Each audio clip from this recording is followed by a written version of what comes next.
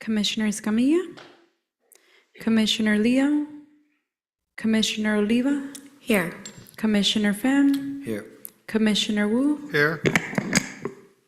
Vice Chair Benninger, Present. Chair Ramos. Present.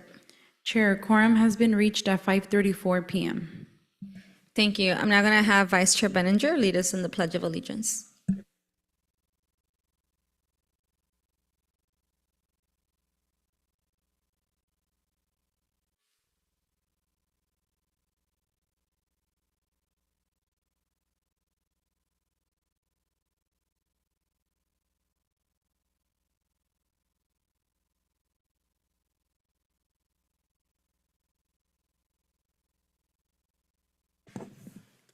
Thank you, Vice Chair Benninger. I'd like to just note for the record that Commissioner Escamilla is joining us at 5:34 p.m.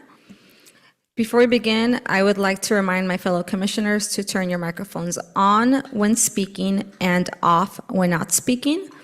And when speaking, please place the microphone about 4 inches away from you. Thank you. Members of the public may attend Planning Commission meeting in person or virtually via Zoom. I now invite the Commission Secretary to describe the way the public can access and participate in this meeting. This meeting is being live streamed via our portal at www.santa-ana.primegov.com/public/portal and on YouTube at www.youtube.com/City of Santa Ana videos. If you would like to provide public comment, you may do so in the following ways. Join the meeting via Zoom, enter the meeting ID 835-1248-3146. When the item you wish to comment on is being discussed, please select the hand icon to indicate that you would like to speak. Once called upon, remember to unmute yourself and state your name for the record. You can also join the meeting by calling 669-900-6833, enter meeting ID number 83512483-146. When the item that you would like to comment on is being discussed, press 9 to let us know you would like to speak. You will be called upon by the last 3 digits of your phone number. After you are called upon, you may press 6 to unmute yourself. For those who are attending this meeting and in person and would like to provide public comment, please fill out a request to speak form and turn it in to the recording secretary. All speakers will have 3 minutes to speak. I will alert you when your time is up. Thank you. Moving on to public comments on non-agenda or non-public hearing items. Secretary, does anyone wish to speak? Chair, we have received a total of 1 email in the form of public comment before the 3:30 p.m. deadline, which was been distributed to the commission and posted online. If you are attending this meeting in person and would like to comment on non-agenda or non-public hearing items, please fill out a request to speak form and turn it in to the secretary. If you are participating via Zoom and would like to comment on non-agenda or non-public hearing items, please select the hand icon to let us know you would like to comment. If you are calling in and would like to comment on non-agenda or non-public hearing items, please dial 9 and then 6 to unmute yourself. I will wait a few seconds.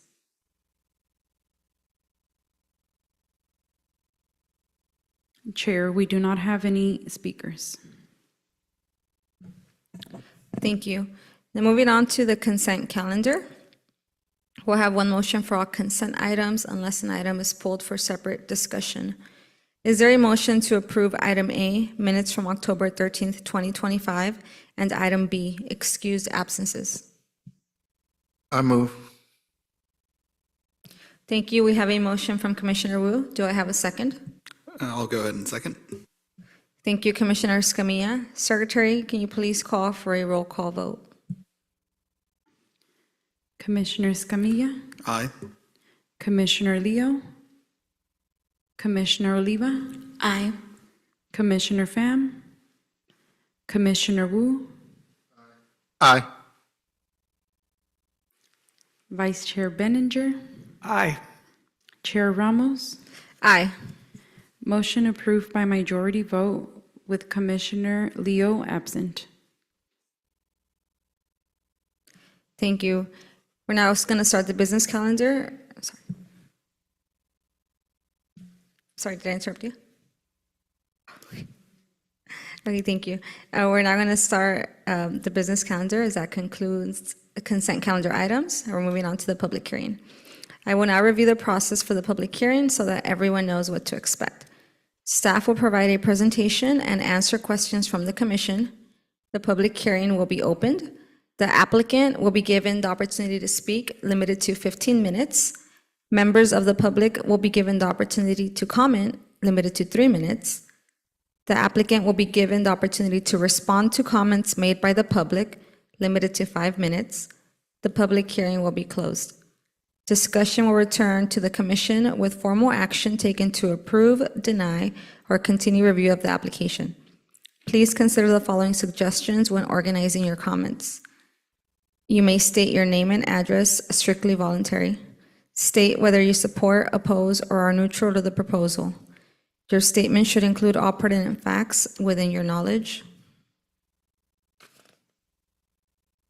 Please note, decisions on these matters are final unless appealed within 10 days by any interested individual or party. Recommendations on these matters will be forwarded to the City Council at a later date for final determination. Item 1. This is the time and place for modification of conditional use permit number 1982-18 for the property located at 5311 West McFadden Avenue, located within the single-family residence R1 zoning district. Before we begin, do any commissioners have anything they wish to disclose with regard to this item? Seeing none, the case planner, Fernanda Arias Hernandez, will provide a brief presentation. Thank you, Chair. Good evening, members of the Planning Commission. As Chair Ramos mentioned, this is the time and place for item number 1 for conditional use permit number 1982-18-mod-1 at 5311 West McFadden Avenue in Council Ward 1. The applicant is requesting to modify the previously approved conditional use permit number 1982-18 to facilitate the construction of a new 4,846 square foot building to modify and expand the existing private school operations. School is recommending that the Planning Commission adopt a resolution approving conditional use permit number 1982-18-mod-1 as condition. The property is located within the low-density residential land use designation of the general plan. The zoning is single-family residential, or R1. It's surrounded by the Wintersburg Channel and single-family residences to the north, commercial center and cultural center to the east, a church and a Catholic grade school to the south, and another church and single-family residences to the west. The lot size is 1.7 acres. The site is currently developed with an existing 5,500 square foot two-story church and a 17,500 square foot educational building with surface parking. In 1982, the Planning Commission approved conditional use permit number 1982-18 and variance number 1982-20. Allowing the construction of a new church building and a private school designed to serve students in kindergarten through 9th grade.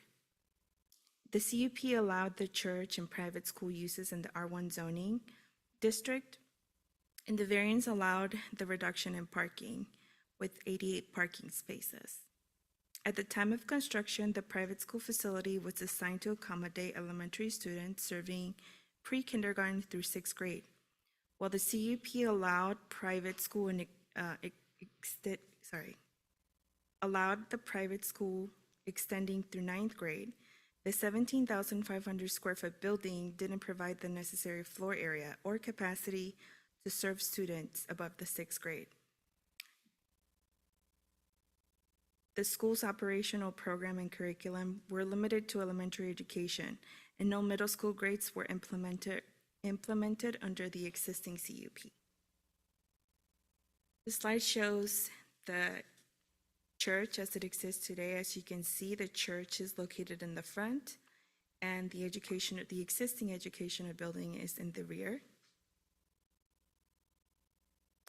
This is the proposed site plan. It's an L-shaped site, and again, as you can see, the church is located closer to McFadden Avenue. The existing school is in the middle, and the proposed building will be located in the rear of the site. This is an enlarged site plan illustrating the proposed work before you today. The new construction will be located at the rear of the property. The slide illustrates the floor plan. The second floor appears larger than the first floor because the classroom and the lab that you see on the second floor will cantilever over the first floor. So this space that you see on the first floor plan where you see some sort of driveway is a driveway. It's a two-way driveway. These are the elevations, and as you can see, this better shows what I was referring to on the floor plan. The east and west elevations illustrate the two-way driveway that are proposed. Well, it's not proposed, it's existing, but the cantilever of the second story.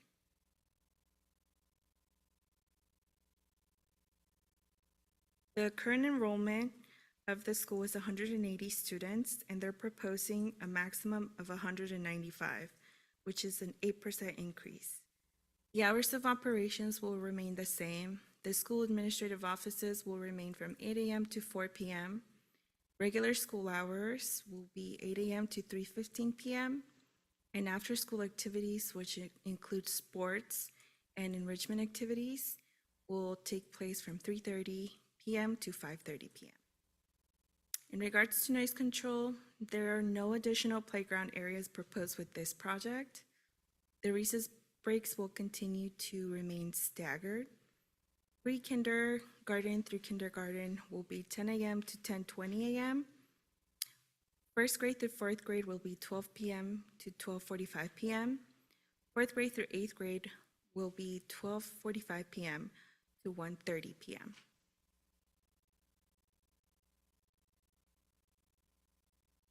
Prior to the submittal of the entitlement application before you, the project went through a development application project where staff requested a focused traffic analysis.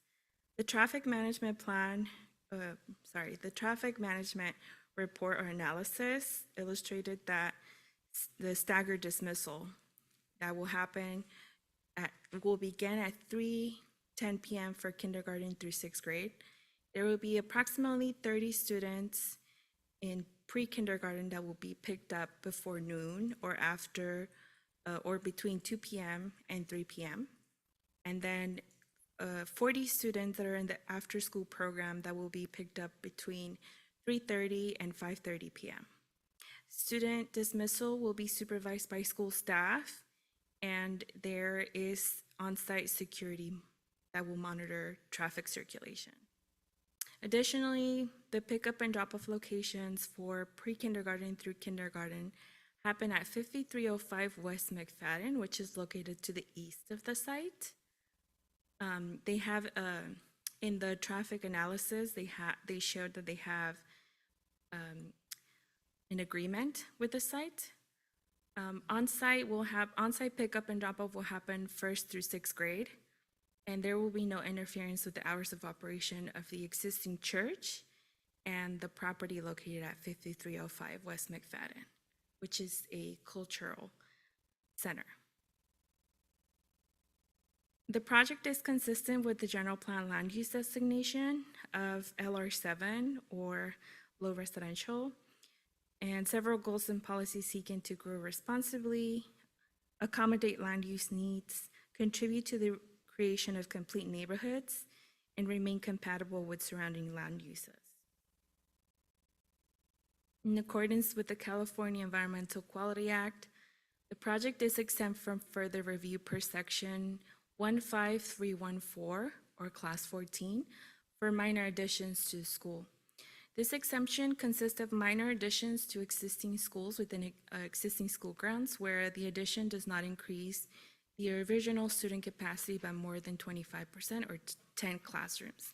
As noted before, the increase will be 8%, and there's only 4 new classrooms being added.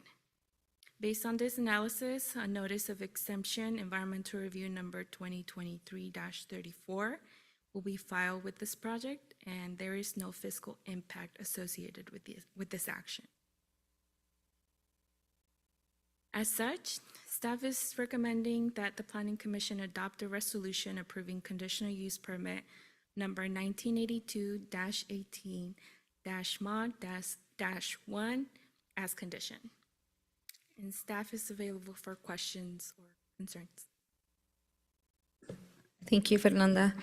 Does the commission have any comments or questions for staff? Chair, if I may, before the questions and discussion ensues, if I could just provide a friendly reminder to the commission that questions and discussion be limited to the matter before you, which is the conditional use permit to allow for the expansion of the school.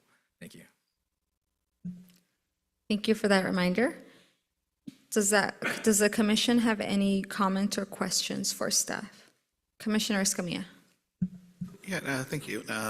So I guess we had received a letter just pointing to some kind of specific and a little more amorphous, number one, general plan issues, and then more specifically, certain sections of CEQA analysis. Can you, just for the audience and for the individual that wrote the letter, can you talk a little bit more about the CEQA exemption for this minor addition based on the fact that it's a school, there's already a carve-out under state law, and what we're kind of looking at here and limited to look at? Sure, thank you for that question. I saw the comment, and I know that the comment alluded to an initial study be done for the project. This project is exempt from further review, so no initial study was required to be prepared for this type of project. As I mentioned in this slide 13, the project was exempt from further review because the increase was not 25% or 10 classrooms. The increase was only 8% of the total class or student count, and there's only 4 classrooms being added. Thank you. Thank you. Thank you, Commissioner Escamilla. Are there any other comments or questions for staff? Commissioner Oliva. My question for staff is regarding if we were to have a noise complaint from the neighboring residential areas, how close would the closest home be to where the new proposed site plan is? Thank you. The closest residence is it's between 100 and 115 feet to the north. There is the Winterberg channel located in between. But there are conditions in place as part of the resolution that condition the project to stay within the city's noise ordinance levels. Additionally, the hours of operations for the school are during the daytime, and it's for a short period of time. Thank you. Thank you, Commissioner Oliva. Are there any other questions or comments for staff? Commissioner Wu? Can you bring up the vicinity map and aerial map?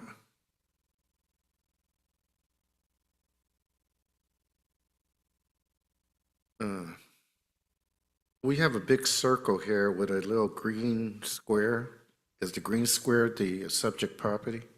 That, if you're referring to the agenda packet, yes, the square outline in the circle is the same one as the one outlined on the screen. And that's the entire property of the church and school? That's correct. Right. So the proposed area where the school will be facing McFadden. It will be facing McFadden, but the building is located at the rear of the property. I could just add to that, Commissioner Wu. There's an existing building that faces McFadden. The location of the proposed building is at the northern property line adjacent to the channel that Fernanda described. So it's sort of like a remodeling or addition to increase it to about 15 more students, right? On that little square there. Correct. And it faces McFadden, which is a busy street. Correct.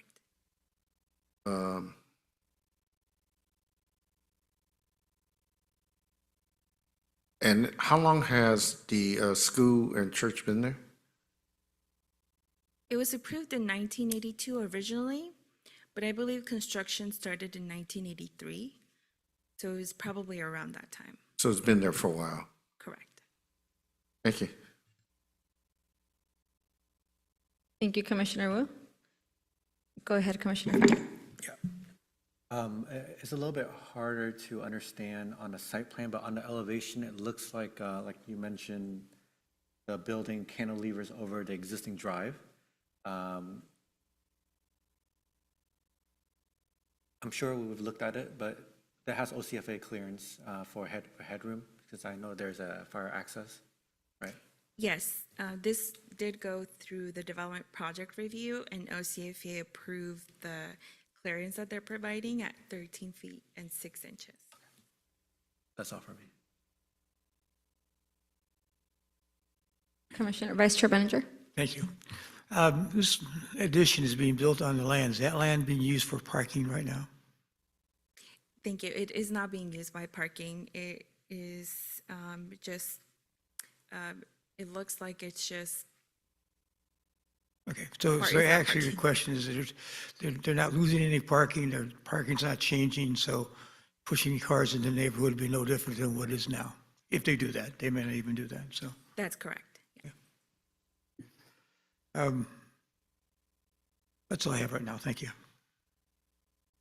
Thank you, Vice Chair Beninger. I don't have any comments or questions for staff at this time. Are there any others from the commissioners? Great. Seeing none, we're going to go ahead and move on to the public hearing. So the public hearing is now open. Would the applicant like to speak on the matter?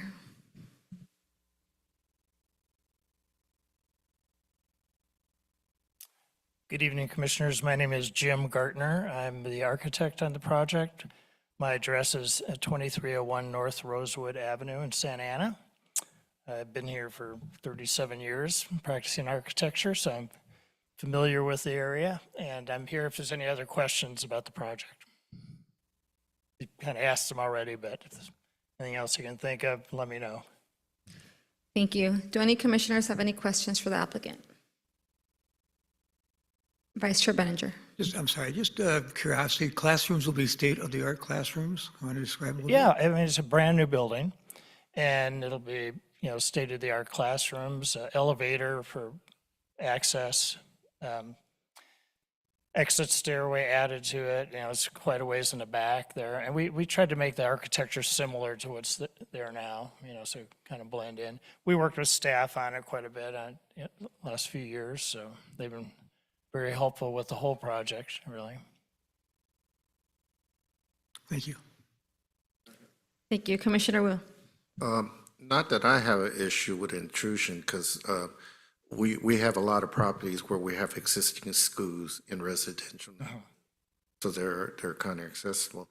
But just out of curiosity, when you have those classrooms, are they soundproof enough not to be intrusive? Or I guess since it's facing McFadden, Yeah. it's no more different than the street noise. Well, and also the back of the building, there's no windows in the back. So the whole thing is forward facing to where it's parking and school now. So it's really not adding any, And the elementary Negative. kids do not drive cars, right? not typically. Okay. My kids did when they were young, but not, Right. they shouldn't have, but And you will have some science classes there. well, there's a lab. Yes, there's a lab. Great, thank you. Sure. Thank you, Commissioner Wu. Do any other commissioners have any questions or comments for the applicant? Thank you. Okay, thank you.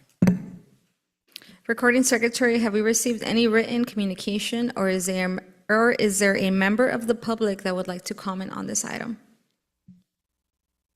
Chair, we have received a total of one email in the form of public comments for this item before the 3:30 p.m. deadline, which has been distributed to the commission and posted online.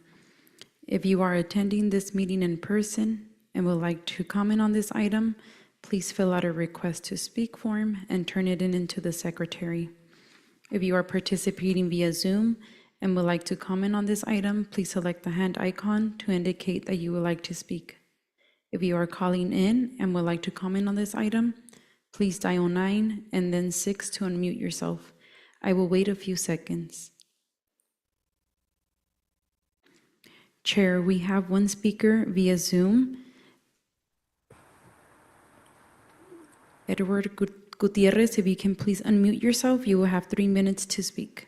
Yes, my name is Edward Gutierrez, and I'm speaking on behalf of the Sally Cooper Gutierrez Trust, the legal owner of 5401 West Tampion Avenue, the residence that directly borders the applicant property, and the adjoining institutional site where our prior CUP remains incomplete.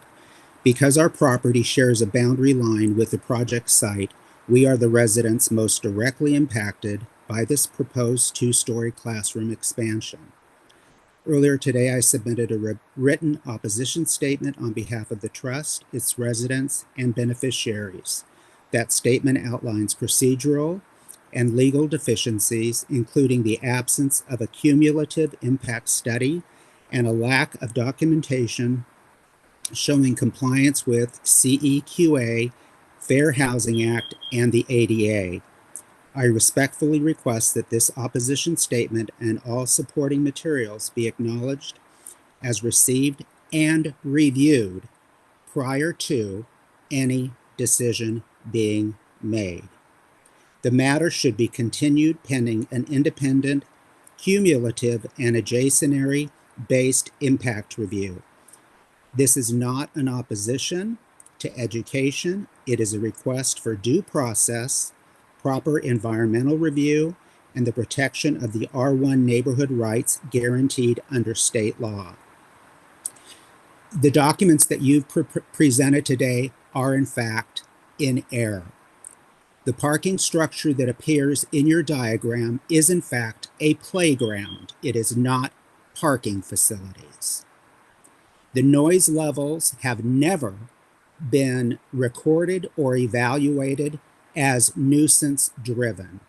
It's hard for me to understand how 4 classrooms are being built for 15 additional students. You have not presented the maximum capacity and the overall impact to the community. The prior CUP approval for the Korean church, which is in the adjoining property, has yet to be completed.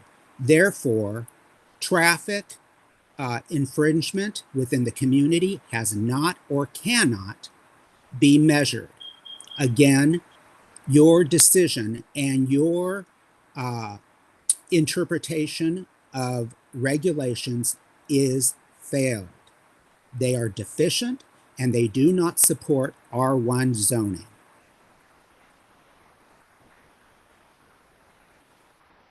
Thank you, Edward Gutierrez. Thank you. Were those all of our speakers? Yes, Chair, we have no more speakers. Thank you. Thank you. The public hearing, well, actually, before I close the public hearing, are there any last-minute comments or questions for the applicant from any members of the commission? Commissioner Wu. I don't know how to ask this question, but in the full package, we are given that some of the previous decision made by the city council. Sorry, Commissioner Wu, will this be for the applicant or staff? I'm asking staff. Okay, right yeah. now I'm taking any last questions for the applicant. Oh, applicant, If I'm we have sorry. none, then we'll close the Yeah. public hearing. Great, seeing no questions for the applicant and no additional public comments, the public hearing is now closed. Now is the time to ask questions of staff as we also consider a motion. So Commissioner Wu, you can go ahead and ask your question. Yeah, just to clarify for me, it seemed like some of the decisions were made by previous city council, like the exception regarding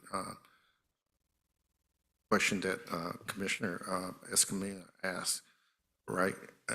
And they were made on private decision that impacts today's decision on CPUC. Thank you, Commissioner Wu.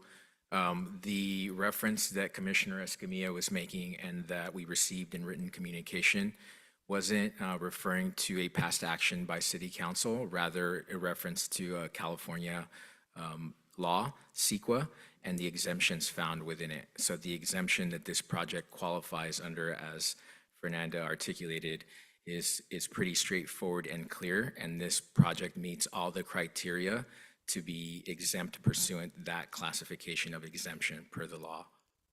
Which means that it was studied and reviewed before a decision was made. So as part of the DP application process, we would have reviewed this and then also reviewed the impacts of this project alongside any other projects in the vicinity before we make a environmental determination. In this case, CEQA says that projects such as these that meet this narrow criteria are just exempt from further review. Thank you. Thank you. I'm going to ask a follow-up question to that, just to ensure that it's clear for anyone that's listening and that may not be as familiar with CEQA. So can you please restate the criteria that is being met for the CEQA exemption and exactly what that means? Does that mean that there are any additional studies required? Does that mean that no additional studies are required? So I know that an impact study has been named, potentially a traffic study has been named. So if you can just say in simple words what that CEQA exemption means when applied to this project.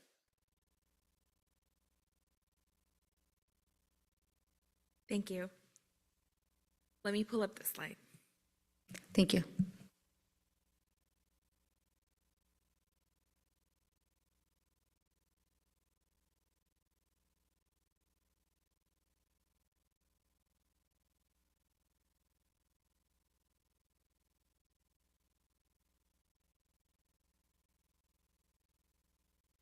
So before the project comes to a public hearing, it goes through a development project review with staff.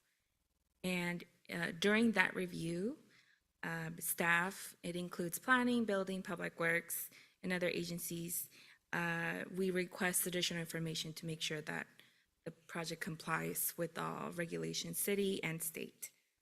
So when we were going through when staff was going through the review of the project, we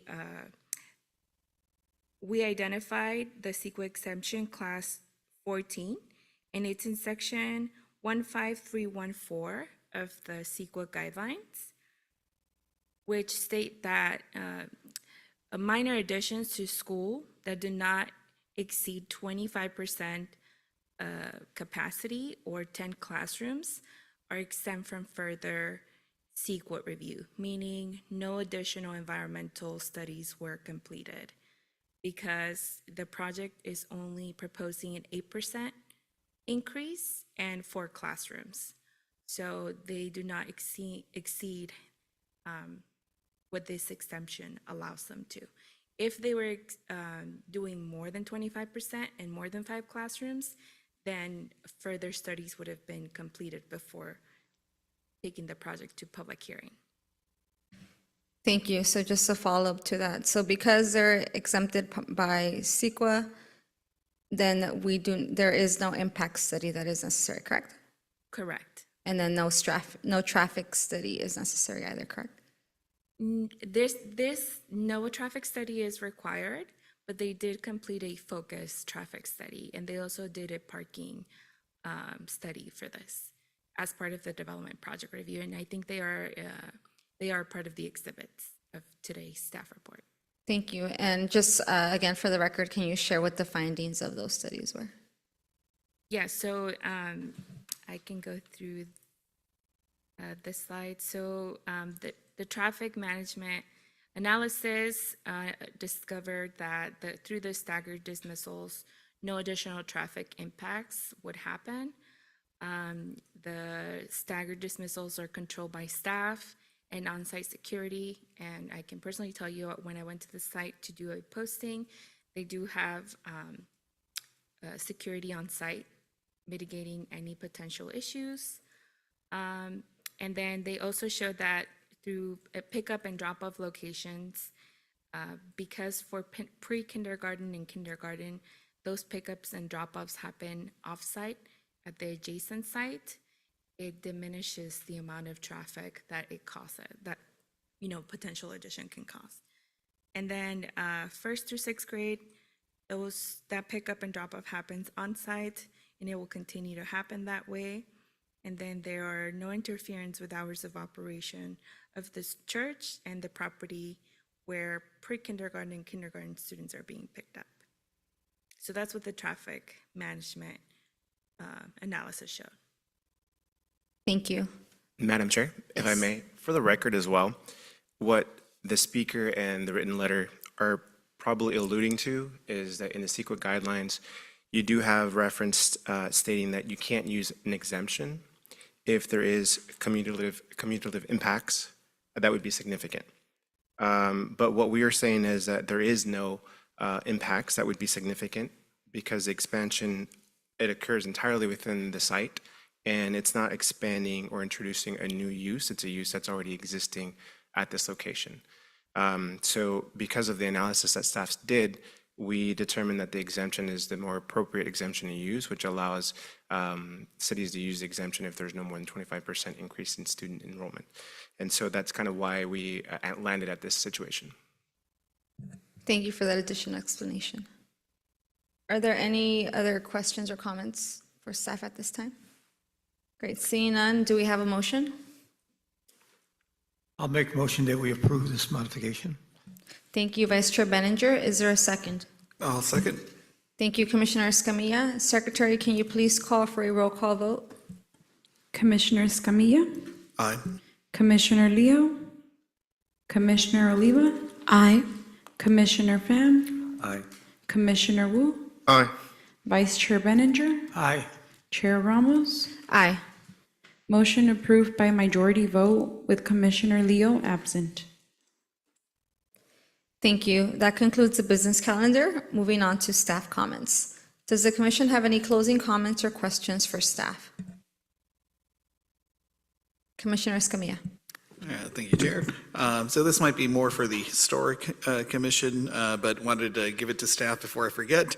So there is a property at 308 South Minnie that appears to be a relatively intact adobe structure that I don't know is on our list. So it was documented in a 1935 or 33 WPA project of modern adobes, again, 1930s modern adobes, under the ownership of a Juan Raya. So just really interesting kind of architectural examples. So I just wanted to see what we can do to maybe add that, or at least flag that property within the internal system for additional protection, so just so we don't demo it, at least in the interim. But it might be looking at adding it to the historic register, because we don't have, I think, as far as I can tell or recall, any other existing adobe structures within the city. So just a very unique little property that I was made aware of last week. Thank you, Commissioner Escamilla, for fulfilling your role as a representative on the Historic Resources Commission. Do we have any other closing comments or questions? I have a quick one. Commissioner Wu. The Bristol Street project where you're connecting all the park space and bike lane, all that up and down, the northern part where we are down to South Coast Plaza. It seems to be building on what is existing there in terms of bike path and park spaces. And then on some of the empty lots, there are plans to put some additional one. And I was wondering if, and I just saw it going through the Park and Rec Commission, that's why I'm asking. Are we going to be looking at it at some future date? Is it the plan itself, or are you referring to a specific project? No, it was one master plan for down Bristol in terms of park and rec. And they were defining different types of parks that we already have, like Jerome and the Pocket Park on King Street and all that. So it's nothing new, but it builds on the kind of space that we've been doing, like where sculptures are play instruments and the vegetation are also herb vegetables that brings butterflies to the park. So as I look at it, I was curious if at some point that will come back to look at specific projects along the way through planning or anything else. And the other interest I have is I'm hoping that some part of the land would acknowledge the indigenous people that lived here before, some kind of dedication. Thank you, Commissioner Wu. That I'm aware of, there isn't a pending update to the Bristol plan nor to the Park Master Plan. However, I can verify that with our Parks and Public Works team and then report back to the commission. Because there was an element where they included in the plan some vision for historic recognition, which could be murals, could be a statue, could be a little thing. And as we know, our history is kind of mixed in terms of Santa Ana and the land. There was always someone here before us, before the boundaries changed, and property changed hand or property got taken. So I'm just hoping that we have a variety of different kinds of things as the opportunity to have a great gateway from South Coast Plaza, Santa Ana, and it's a great opportunity, as I saw in the plan. So I'm just curious about the relationship to us, or is that all going to be Park and Rec? If it touches on anything land use, it would come before this commission. However, let me look into that, and if it is something, I'll bring it up to the Planning Commission at the next meeting. If it's something different, I'll share that as well. Thank you, Commissioner Wu. Commissioner Pham? Yeah, just a general comment. I'm hoping all the commissioners would maybe have a talk with your councilman. Maybe kind of let the general residents know that when the school bus stops and flash red lights, it's not a signal to increase your speed to make sure that you beat the light, maybe just stop, because I've seen it multiple times. People just there's kids getting on the school bus and people are just speeding past it, trying to beat that stop sign. So in general, I think it'd be more safe for our kids. Yeah. Thank you, Commissioner Pham. Vice Chair Benninger? Just a quick question for staff. As we're approaching the end of this year, could you send to us the dates for the remaining Planning Commission meetings that you see for this year? Thank you. Thank you, Vice Chair Benninger. Great, thank you. I'll just remind the public that we have an election happening next Tuesday. Please ensure that you vote before next Tuesday. If you plan to vote via mail, please do not drop off your ballot at a mailbox outside on Tuesday. It might not be counted on time, so walk into the post office, get it postmarked. And the city passed a resolution to vote yes on Prop 50, so thank you all. With that, our meeting is adjourned. The next regular meeting is scheduled for November 10, 2025 at 5:30 p.m.